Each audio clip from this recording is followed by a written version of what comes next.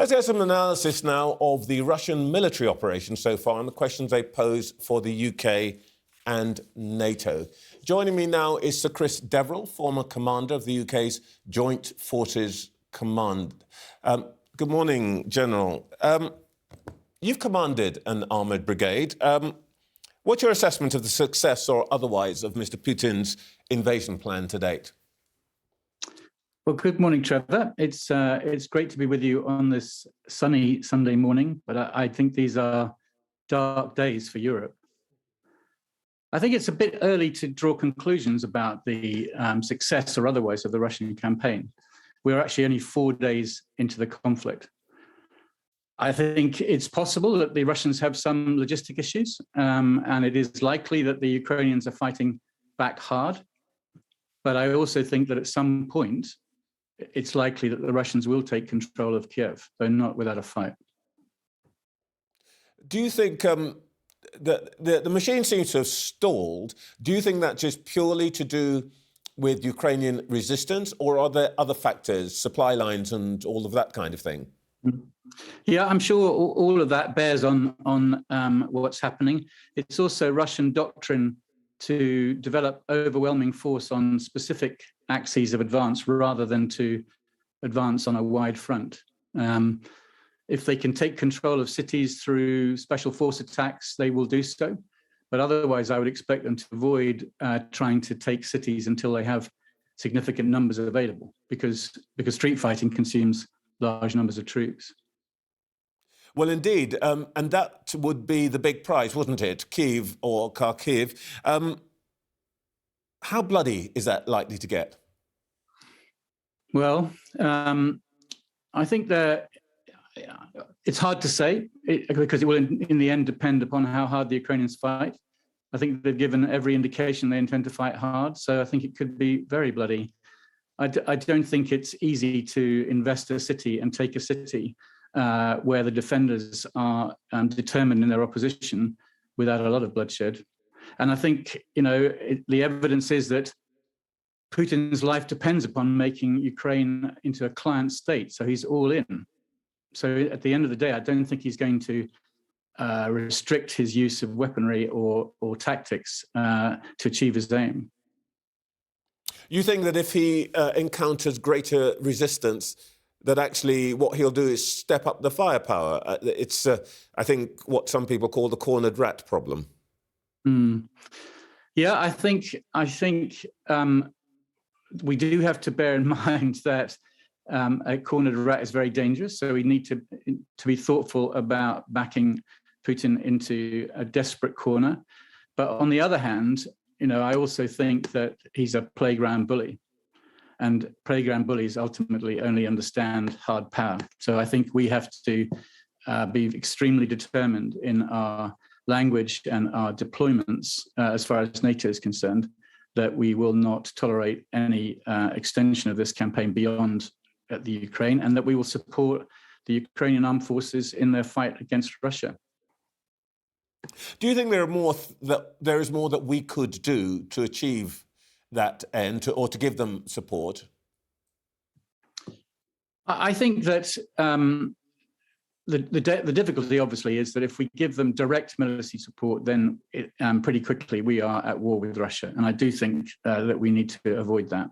That would be a very significant escalation of the conflict, and it's hard to see where it would end. So I think that the kinds of things that we're doing at the moment are right, that we need to continue them and increase them, supplying weapons in particular to the Ukrainian armed forces.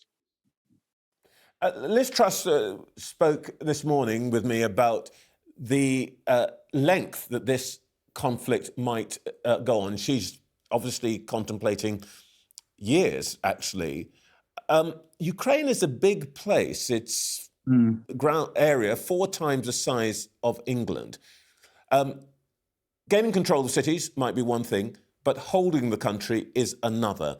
How big a set of forces would the Russians have to commit? And do you think they might be able to win this conflict, but can they hold it? Yeah, I mean, I'm a bit baffled by this point. I think that Putin may well have enough troops to take control of large swathes of the country to bring to a point the end of the direct military confrontation. But I just can't see how he has enough troops to maintain that control across a country of 44 million people, the size it is, even with extraordinary violent repression, which I'm sure he would use, especially since the people are never going to forgive him. And lots of other countries will likely lend support to an insurgency. So I must say, I don't understand how he thinks this ends well for him. I think he's made an absolutely major miscalculation. So you think that there may be strategic errors here? I mean, there is some conversation going on about why did he do this in the way he has done it? This is an odd way perhaps to put it. If you had been advising him, would you have, once he decided he wanted to invade, would you have advised him to do it in the way he's done it? Well, I come back to my point I made earlier. We are early days. I mean, if you think about the invasion of Iraq in 2003 by the West, 3 or 4 days into the campaign, it looked pretty awful, I have to say. I was part of that invasion. And it didn't feel good from the point of view of the attackers. So I don't think we can yet conclude that this invasion is in deep trouble. But I do think that I would have been advising him not to do it in the first place. I can't see how the thought of a victory over the Ukrainian armed forces is the same thing as control of the country. That's what I would have been telling him. You'd need many, many, many more troops to achieve the latter. You were responsible for our cyber defences, and this conflict may be fought on several different grounds, under the sea, in cyberspace, in space itself. What other tools does he have at his disposal, and how well prepared are we to confront them?